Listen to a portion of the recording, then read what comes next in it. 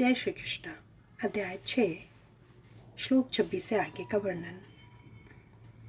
अनुवाद। मन अपनी चंचलता तथा अस्थिरता के कारण जहाँ कहीं भी विचरण करता हो, मनुष्य को चाहिए कि उसे वहाँ से खींचे और अपने वश में लाए। तात्पर्य: मन स्वभाव से चंचल और अस्थिर है, किंतु स्वरूप सिद्ध योगी को मन को वश में लाना होता है। उस पर मन का अधिकार नहीं होना चाहिए। जो मन को तथा इंद्रियों को भी वश में रखता है वह गोस्वामी या स्वामी कहलाता है, और जो मन के वशीभूत होता है वह गोदास अर्थात इंद्रियों का सेवक कहलाता है। गोस्वामी इंद्रिय सुख के मानक से भिज्ञ होता है। दिव्य इंद्रिय सुख वह है जिसमें इंद्रियां ऋषिकेश अर्थात इंद्रियों के स्वामी भगवान कृष्ण की सेवा में लगी रहती हैं। शुद्ध इंद्रियों के द्वारा कृष्ण की सेवा ही कृष्ण चेतना या कृष्ण भावनामृत कहलाती है। इंद्रियों को पूर्ण वश में लाने की यही विधि है। इससे भी बढ़कर बात यह है कि यह योगाभ्यास की परम सिद्धि भी है। श्लोक 27। अनुवाद। जिस योगी का मन मुझ में स्थिर रहता है वह निश्चय ही दिव्य सुख की सर्वोच्च सिद्धि प्राप्त करता है। वह रजोगुण से परे हो जाता है। वह परमात्मा के साथ अपनी गुणात्मक एकता को समझता है और इस प्रकार अपने समस्त विगत कर्मों के फल से निवृत्त हो जाता है। तात्पर्य: ब्रह्मभूत वह अवस्था है जिसे भौतिक कल्मश से मुक्त होकर भगवान की दिव्य सेवा में स्थित हुआ जाता है।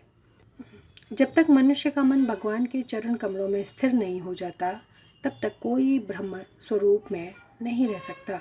भगवान की दिव्य प्रेमा भक्ति में निरंतर प्रवृत्त रहना या कृष्ण भावनामृत में रहना वस्तुतः रजोगुण तथा भौतिक कल्मश से मुक्त होना है। श्लोक 28। अनुवाद।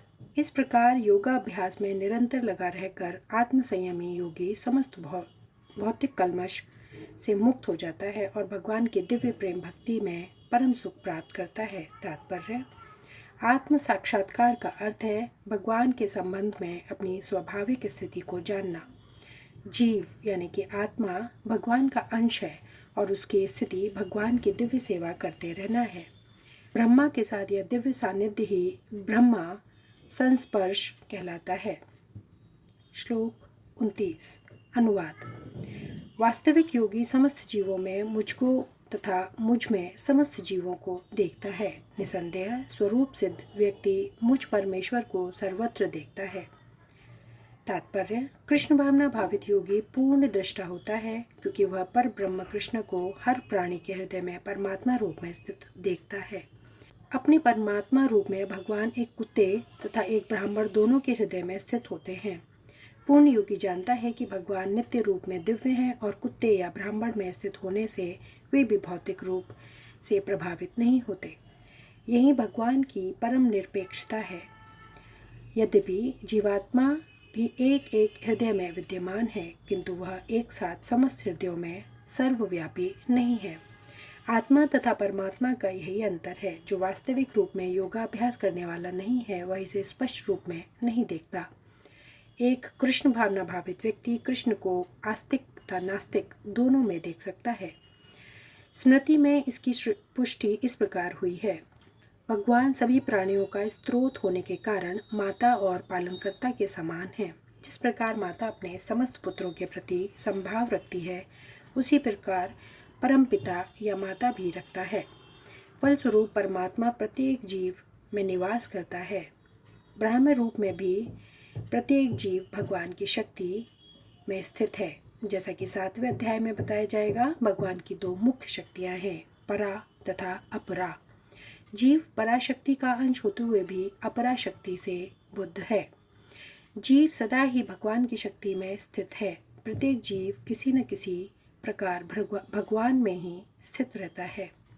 योगी समदर्शी है क्योंकि वह देखता है कि सारे जीव अपने अपने कर्म फल के अनुसार विभिन्न स्थितियों में रहकर भगवान के दास होते हैं। अपरा शक्ति में जीव भौतिक इंद्रियों का दास रहता है, जबकि पराशक्ति में वह साक्षात परमेश्वर का दास रहता है। इस प्रकार प्रत्येक अवस्था में जीव ईश्वर का दास है। कृष्ण भावना भावित व्यक्ति में यह समदृष्टि पूर्ण होती है। श्लोक 30। अनुवाद। जो मुझे सर्वत्र देखता है वह सब कुछ मुझ में देखता है, उसके लिए न तो मैं कभी अदृश्य होता हूँ और न वह मेरे लिए अदृश्य होता है। तात्पर्य, कृष्ण भावना भावित व्यक्ति भगवान कृष्ण को सर्वत्र देखता है और सारी वस्तुओं को कृष्ण में देखता है। ऐसा व्यक्ति भले ही प्रकृति की पृथक पृथक अभिव्यक्तियों को देखता प्रतीत हो, किंतु वह प्रत्येक दिशा में इस कृष्ण भावनामृत में अवगत रहता है कि प्रत्येक वस्तु कृष्ण की ही शक्ति की अभिव्यक्ति है। कृष्ण भावनामृत का मूल सिद्धांत यह है कि कृष्ण के बिना कोई अस्तित्व नहीं है और कृष्ण ही सर्वेश्वर है। कृष्ण भावनामृत कृष्ण प्रेम का विकास है, ऐसी स्थिति जो भौतिक मोक्ष से भी परे है। आत्म साक्षात्कार के ऊपर कृष्ण भावनामृत की इस अवस्था में भक्त कृष्ण से इस अर्थ में एक रूप हो जाता है, उसके लिए कृष्ण ही सब कुछ हो जाते हैं और भक्त प्रेममय कृष्ण से पूरित हो उठता है। तब भगवान तथा भक्त के बीच अंतरंग संबंध स्थापित हो जाता है। उस अवस्था में जीव को विनष्ट नहीं किया जा सकता और न भगवान भक्त की दृष्टि से ओझल होते हैं। कृष्ण में तादात्म्य होना आध्यात्मिक लय आत्मविनाश है। भक्त कभी भी ऐसी विपदा नहीं उठाता। ब्रह्म संहिता में कहा गया है, मैं आदि भगवान गोविंद की पूजा करता हूँ, जिनका दर्शन भक्तगण प्रेम रूपी अंजन लगे नेत्रों से करते हैं। वे भक्त के हृदय में स्थित श्याम सुंदर रूप में देखे जाते हैं। इस अवस्था में न तो भगवान कृष्ण अपने भक्त की दृष्टि से ओझल होते हैं और न भक्त ही उनकी दृष्टि से ओझल हो पाते हैं। यही बात योगी के लिए भी सत्य है, क्योंकि वह अपने हृदय के भीतर परमात्मा रूप में भगवान का दर्शन करता रहता है।